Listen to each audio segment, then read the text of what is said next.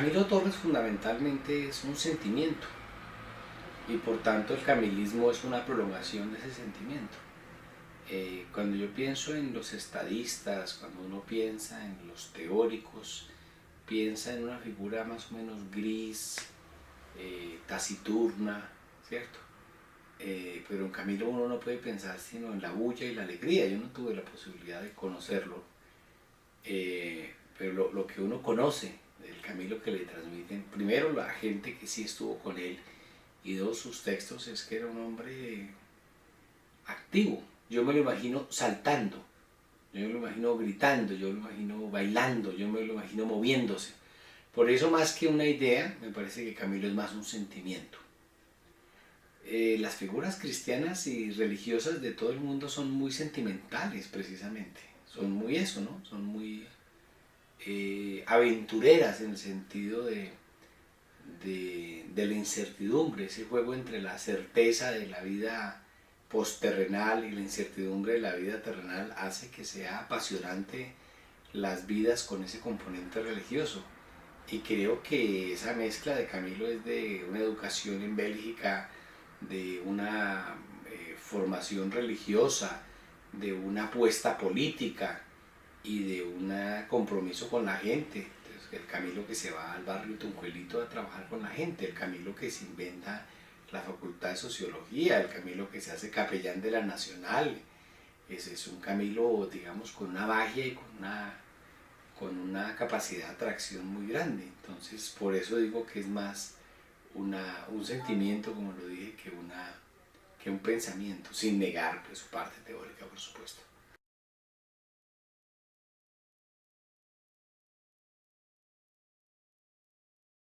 Es difícil la complejidad de cómo se define y cómo se autoconstruye un ser humano. Un ser humano no solamente se construye desde afuera, sino también desde adentro.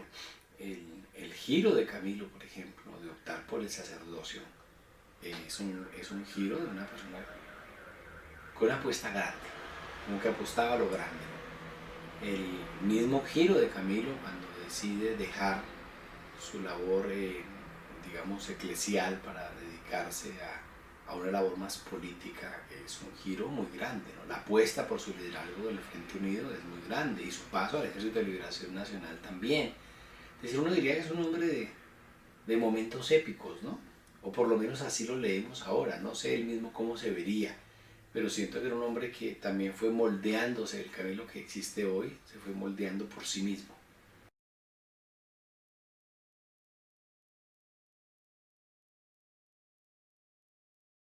Pues lo que dicen quienes le conocieron y quienes hicieron los primeros textos sobre, o que conocen los primeros textos, digamos, adolescentes, casi infantiles de Camilo, mostraban una gran percepción, una gran sensibilidad, vuelve al sentimiento, frente a lo injusto, ¿no? De hecho, en la secundaria pues tuvo muchos problemas escolares porque era una persona que era muy sensible a una cantidad de cosas. Se permitió esa sensibilidad, digamos que no se la castra, ¿no? No es un tipo que diga, bueno, de ahora en adelante ahora vamos a hacer. Y fíjate que no logró castrarlo ni el paso clerical, ni los dogmas de izquierda, que es otra forma de iglesia a veces, ¿no? A veces más peligrosa que la iglesia real porque está encubierta. Y logra sobrevivir a esas formaciones, digamos, tan ortodoxas, tan dogmáticas y plantearse una cosa muy, muy propia, ¿no? Entonces, yo lo que veo ahí es que es como unas facetas de Camilo, ¿no? El Camilo joven, rebelde, el Camilo religioso, el Camilo sociólogo, el Camilo trabajador popular en los barrios, el Camilo guerrillero, el Camilo teórico en sus cartas, en sus proclamas al pueblo colombiano. Entonces hay una serie de facetas ahí, pero a pesar de que uno lo lee, encuentra una profundidad y encuentra una unidad discursiva, una apuesta por los pobres, por los marginados, por las mayorías, no es una apuesta desde el papel. Y por eso me resisto a aceptarlo simplemente como un hombre de escritorio, ¿no? Un hombre fundamentalmente activo, ¿no? Es un hombre que está metido, digamos, en lo cotidiano.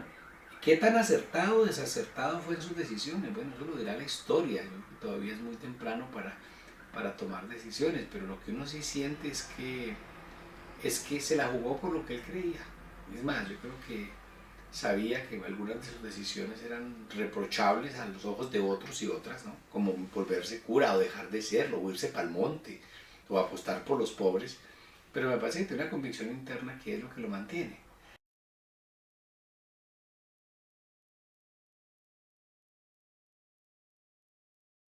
Digamos que hay unas respuestas formales, ¿no? De la primera facultad de sociología del país, que unos textos que dejó, que inventarse unas juntas de acción comunal, ¿cierto? Pero más allá de eso hay otras cosas que me parecen más importantes. No necesariamente lo son, pero a mí me parece. Y es su convicción, su entereza, su capacidad de entrega en un país donde las entregas no existen fácilmente, donde son una cosa rara. Su coherencia interna en un país donde hay tanta incoherencia. Y no estoy hablando solo de las élites, ni solo de la derecha. Estoy hablando de una izquierda que a veces es profundamente incoherente. Estoy hablando de una guerrilla que comete actos de incoherencia. Estoy hablando de una clase media perdida en sus propias contradicciones. Entonces lo que uno ve en Camilo es como un mensaje de coherencia, ¿cierto? Desacertado no, bueno, eso lo dirá la historia, pero nadie podrá decir que era incoherente. Nadie podrá decir que no trató de ser una unidad.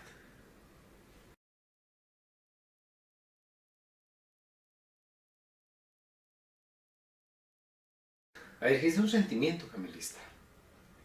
Es difícil porque además tenemos otro problema, y es que en nuestra cultura, entonces hablamos del uribismo, y uno dice, bueno, ¿cuáles son las tesis del uribismo? ¿No? Hay una práctica del uribismo, ¿no?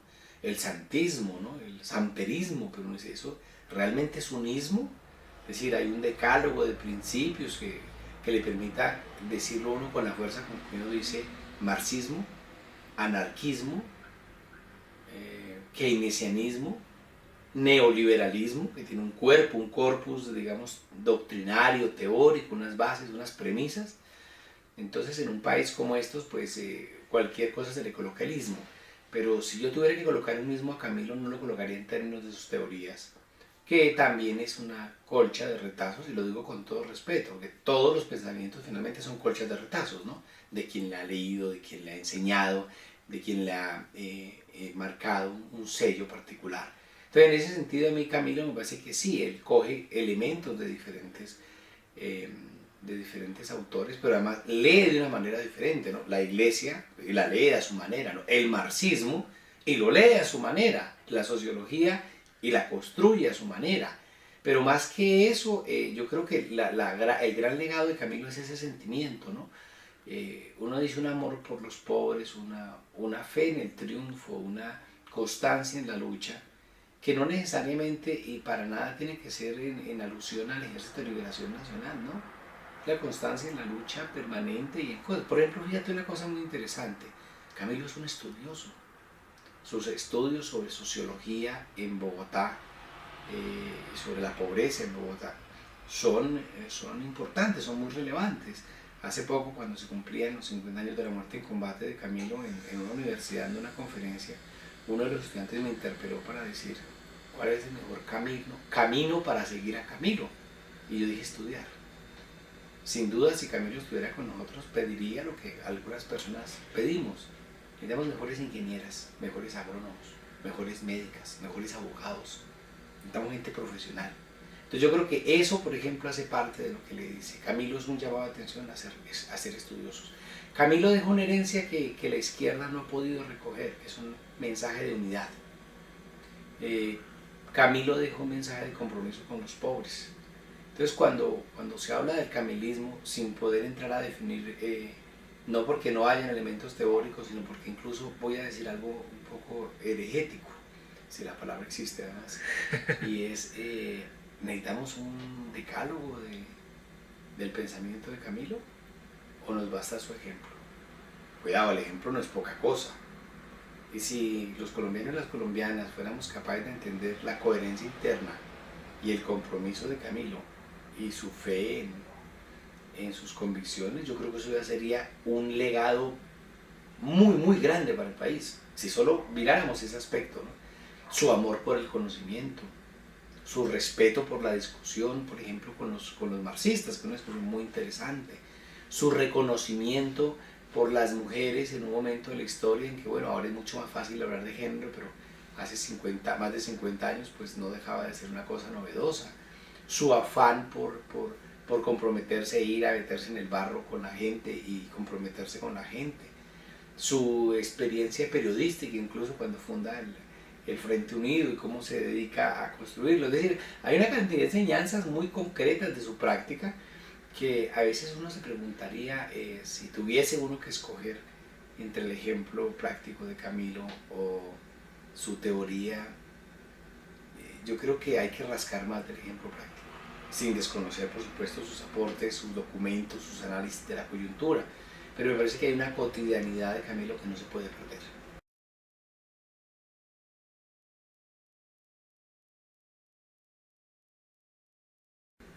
Ese afán de Camilo de persistir e insistir en aquello que nos une y prescindir de lo que nos separa, esa famosa frase que ha hecho historia y que no es para nada un llamamiento vacío, sigue siendo de una gran vigencia y enamora cuando uno le escucha entre la gente los llamados a la unidad. Las llamadas a la unidad de la izquierda y del movimiento progresista, popular, del movimiento social, tienen mucho de ese camilismo y se expresa en eso.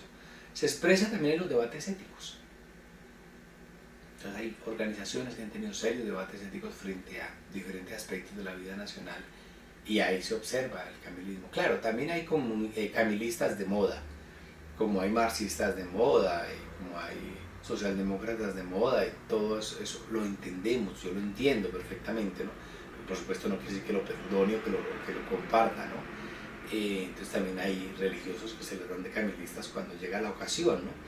De cara a la galería para lucirse, pero hay gente que realmente es camilista, gente que está teniendo unos debates éticos importantes. Entonces si uno mira el debate de lo ético, que no es poca cosa, y el debate de la construcción de la unidad, y el debate de estar con la gente y jugársela, son tres elementos que alguna gente lo hace. Bueno, yo no creo que exista un camilómetro para decir quién es más camilista que otro, ¿no? Tampoco creo que pueda caerse en una lógica que hizo mucho daño en América Latina, de que las organizaciones guerrilleras eran la fase superior de la lucha revolucionaria y entonces la lucha del sindicato, de la Junta de Acción Comunal, de la organización femenina, eso es secundario. Yo creo que en eso ya se ha avanzado bastante, ¿cierto? Y uno observa, con esto quiero desmarcar la idea de que el camilismo necesariamente es terminar cogiendo un fusil con un brazalete del ELN. Hay formas de camilismo que no tienen nada que ver con la lucha armada. Y me parece que incluso le hace mucho daño a la figura de Camilo reducirla en los últimos 4 meses de su vida, que es la vida como guerrillero. El mismo ELN tiene un impacto con Camilo. Yo tuve la oportunidad de entrevistar a Antonio García, comandante del ELN, para El Espectador, sobre qué significaba Camilo, ¿no? Y yo le decía algunas cosas un poco atravesadas, ¿no? Como, ustedes robaron a Camilo, Camilo solo es un guerrillero. Y él decía una cosa interesante, decía, hay un momento en que Camilo se encuentra con el ELN y se vuelve heleno, pero hay un momento en que los helenos se encuentran con Camilo y se vuelven camilistas. Entonces ahí hay una mezcla interesante de cómo una figura, una única persona, es capaz de generar una impronta tan grande dentro del pensamiento del ELN, ¿no? Y por supuesto cuando uno dice la familia camilista en Colombia, pues eso, vuelvo e insisto, es un sentimiento, ¿no? Entonces uno encuentra organizaciones camilistas, Congreso de los Pueblos, uno encuentra organizaciones camilistas como el Coordinador Nacional Agrario, uno encuentra sectores camilistas dentro del Polo Democrático Alternativo, uno encuentra sectores camilistas en algunas regiones del país específicas trabajando, pero camilismo no es una estructura férrea, no es como el que pertenece a unas fuerzas armadas o a una logia, no, es un sentimiento. Y en ese sentimiento se encuentra la gente, en ese sentimiento incluso me atrevo a decir que hay gente que es camilista y no lo sabe.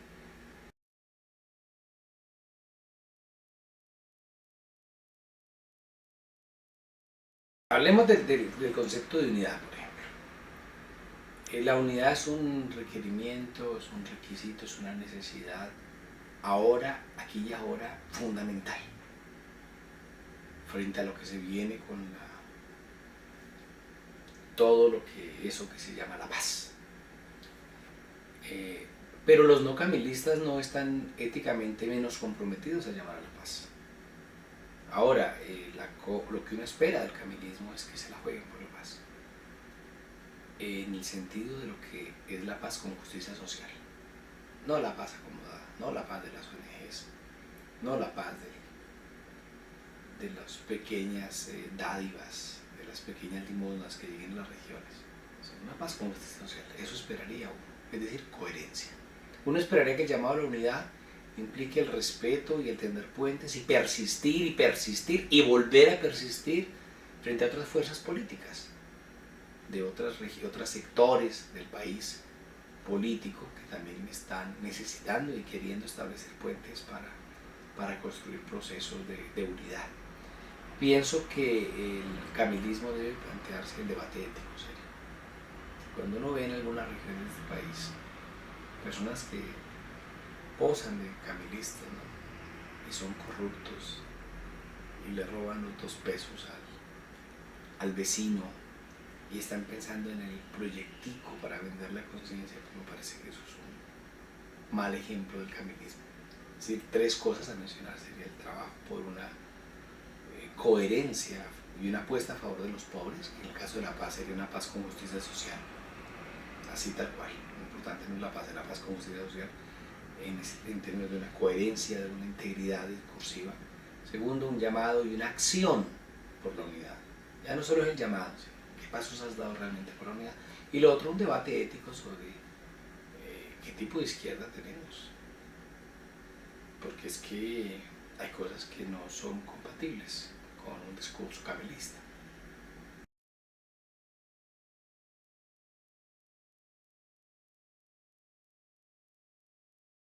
Retomemos lo de los estudiantes, ¿no?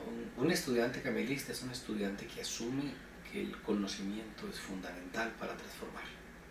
Eso es ser camilista como estudiante. Además de su actividad política paralela, pero no podemos seguir permitiendo el culto a la mediocridad académica. Un deber es ser buen académico, excelente académico. Eso haría un camilista que sea estudiante o un estudiante que sea camilista, ¿no? Si pensamos en un sindicalista, el sindicalismo es cuestionado no gratuitamente, problemas de burocracia, problemas de corrupción. Pues un sindicalista que sea camilista y un camilista que sea sindicalista sería la primera fila de pelea contra esa corrupción y contra ese clientelismo, esa burocracia que existe dentro del movimiento sindical, ¿no? Si pensamos en un sociólogo camilista, es un sociólogo que no se queda leyendo las teorías de lo que dijo Max Weber, que puede ser muy interesante, sino que es capaz de irse, no de visita, no a tomar fotos, no a hacer la tesis, no a usar a los pobres, no, a comprometerse con ellos en una actividad política cotidiana, permanente. Eso haría un sociólogo que fuera camilista. Si es un activista de izquierda que sea camilista, eso implica que tenga la capacidad de plantearse frente a los no camilistas en términos de la unidad y en términos de aceptar pasos concretos. Pero la unidad no es un cántico vacío, sino un compromiso político. Bueno, ¿usted qué ha hecho a favor de la unidad? No, la unidad no es un problema de vanguardia, de vale, nos vamos a unir, pero yo llevo la locomotora y usted coge el vagón de atrás, ¿no? Eso no tiene sentido. La importancia en ese caso sería, bueno, vamos juntos en la locomotora, o más aún, como lo diría Camilo, que el pueblo dirige la locomotora. Si eres un académico y eres camilista, entiendes que tú no bajas al pueblo, sino que subes al pueblo. Y no le tienes miedo al conocimiento de la gente. Y tratas de rescatarlo. Eso sería un camilista.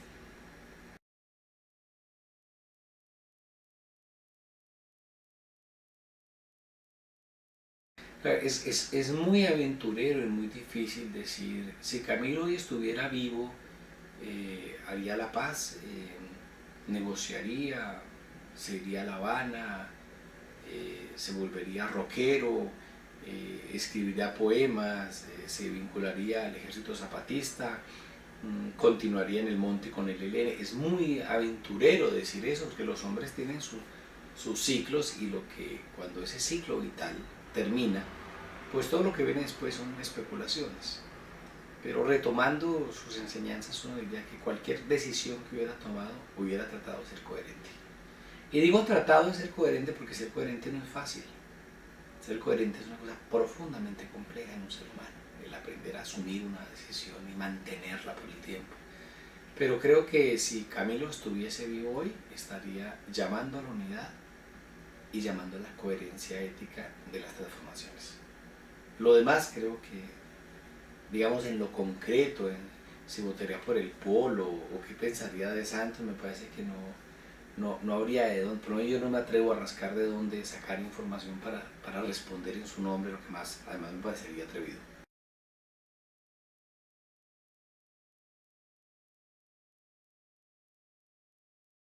Creo que Camilo no aceptaría una sociología que se cite a sí misma y una academia que se eh,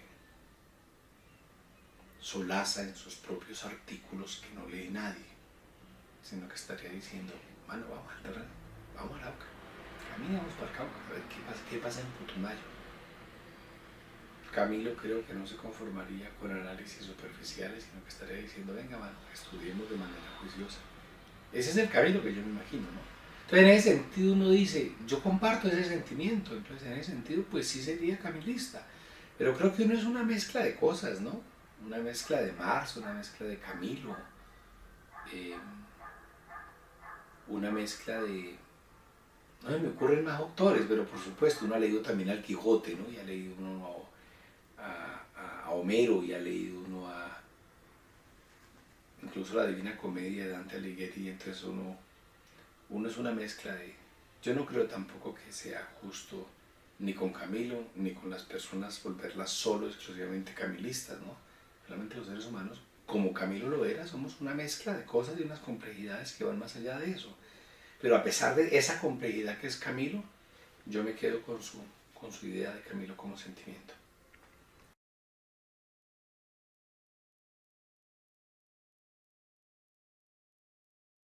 La figura del sentimiento camilista la tengo. Ya he hecho una declaración de principios en términos de que el pensamiento camilista, que si bien es importante, puede estar en otras fuentes. Tal vez lo más rico de Camilo es ese sentimiento. Yo sigo trabajando en la construcción de paz, con justicia social. Y en eso he gastado los últimos años de mi vida en publicaciones, en revistas, en artículos, en trabajos periodísticos, en análisis, en cursos, clases, foros, conferencias, de mucho orden, que quienes estén interesados, pues eso es preguntarle a internet las pocas o muchas cosas que yo haya hecho. Dentro de ese discurso, una constante mía ha sido de la unidad. Y no dejo de ser crítico con otras organizaciones no camilistas. Es más, no dejo de ser crítico con organizaciones que se posan de camilistas. Pero creo que en eso hay que tener un llamado permanente a la unidad. Y segundo, yo no sé qué tan iconoclasta haya sido Camilo. Me quiero presentarlo como un iconoclasta. Yo lo soy más iconoplasta, diría una amiga mía. Y es como, si nos imaginamos un Camilo pequeñito de 8 años y nos acordamos de la fábula del traje del rey, me imagino que Camilo sería uno que dijera, el rey está desnudo. A veces ser iconoclasta o ser provocador va en ese camino, en aprender a decir, el rey está desnudo. Es posible que uno se equivoque, pero doy el paso. Y yo creo que necesitamos más gente que diga, el rey está desnudo. El poeta Borges decía que el cielo existe aunque nuestro lugar sea el infierno, ¿no? Para los que no creemos en el cielo, pues no nos queda otro camino que tratar de construir un poquito de esa utopía aquí en la tierra. Y eso implica un compromiso por los pobres. El compromiso mío por los pobres es que yo soy de familia pobre, de un barrio muy pobre. Entonces no aprendí la pobreza leyendo los manuales de Harvard, ni aprendí del conflicto, la violencia en las teorías de una universidad europea. Vi la pobreza en mi barrio y conocí de niño la violencia también. A partir de ahí, digamos que hay una apuesta mía, una apuesta profundamente humana. Eso quiere decir imperfecta, con temores, con pasos atrás, con cobardías momentáneas, con contradicciones. Pero una cosa es tener contradicciones y otra es ser una contradicción. Si algo le enseño a uno a Camilo es, trata de no ser una contradicción, aunque tenga contradicciones. Entonces yo creo que el reto es ese, es cómo uno se plantea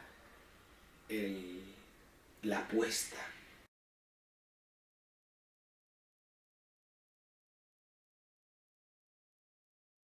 Yo siento más, vuelve la idea de la percepción, porque la interpretación de los textos cada cual interpreta como quiere y es lícito, que él llamaba más que a la nación al sector popular.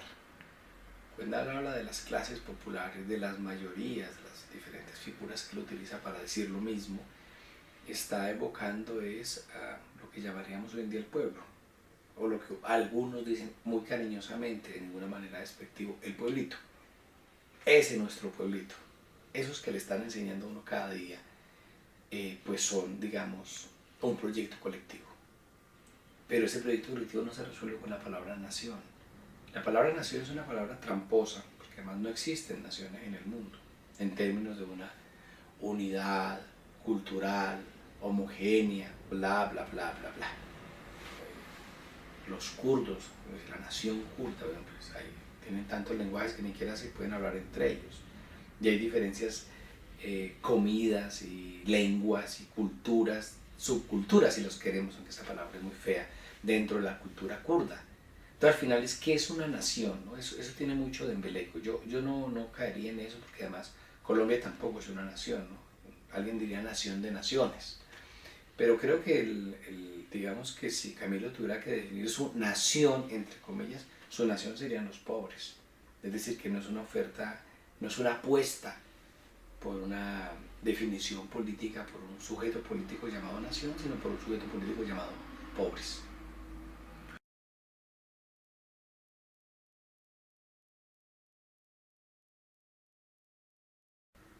Yo creo que hay muchas que además van y vienen según el momento de ánimo en que esté. Ahora mismo, en este momento de ánimo, la de la unidad, se llama la unidad. Porque me parece que es un llamado constante, ¿no? Está ahí. Es un llamado constante porque hemos aprendido a convivir terriblemente con un bipartidismo de izquierdas, o polipartidismo, pluripartidismo, tripartidismo, como lo queramos colocar, de izquierdas, que es igual de perverso al de la derecha.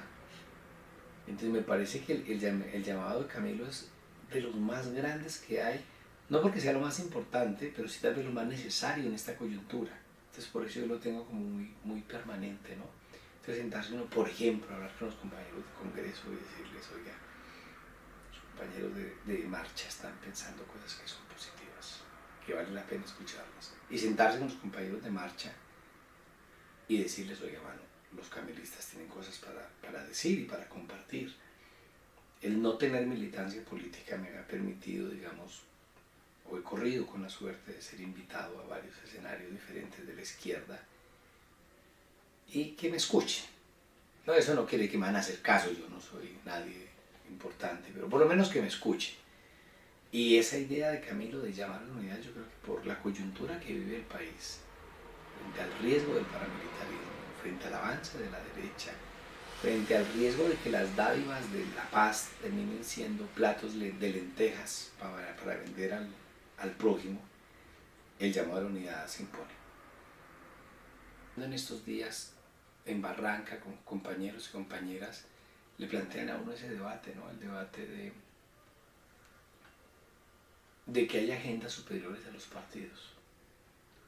En última, el llamado de Camilo es, oiga, mano, hay dolores compartidos, trabajemos sobre una agenda común, no sobre un caciquismo. Y duele cuando hay veces que en otra parte del país las fuerzas políticas locales y regionales de izquierda llegaron a acuerdos y llegó el responsable de Bogotá y rompió el acuerdo. Entonces el centralismo que tanto criticamos de la derecha, pues a veces se reproduce en la izquierda. A veces incluso dentro de las mismas familias de izquierda, de las mismas relaciones de izquierda, hay un afán que es destructor. Ya no es unirse una familia con otra, es que dentro de las mismas familias, pues, a veces hay demasiados Judas. Y eso requiere un análisis ético, volvemos. O sea, el llamado a la unidad no es un llamado a juntémonos por juntarnos. ¿Juntarnos para qué? ¿Cuál es la apuesta nuestra? ¿Quiénes nos juntamos? ¿Quién es el sujeto político?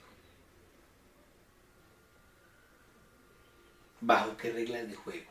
Y eso implica un debate ético.